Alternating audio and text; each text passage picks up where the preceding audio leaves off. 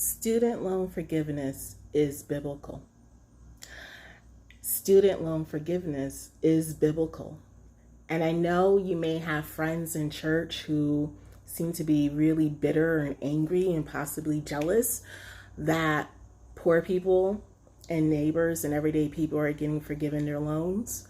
But it's important to remember to never tie your views of God to a particular political party.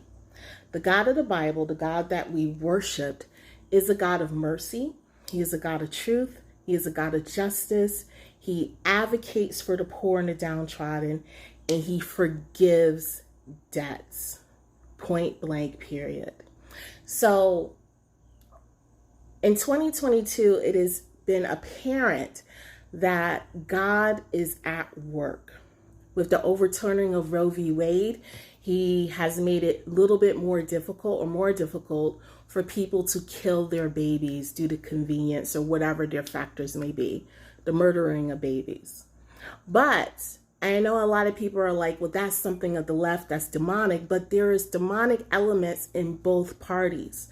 The same God who said that you shall not murder babies is the same God that says you shall not cast aside the poor. He is the same God that says you will not turn away the stranger, the immigrant who comes to your land. He is the same God that says you should not suppress the wages of your laborers. And whenever you find yourself arguing against biblical principles, whether it's about abortion or whether it's about fighting for the poor, whether it's to have fair wages, whether it's the forgiveness of debts, you need to really look at the spirit you're operating under. Are you operating under a spirit of unforgiveness and jealousy and bitterness? Because if you are, you need to repent. You have to look at this as a time where the Lord is literally setting us up for a blessing, and obviously we need it.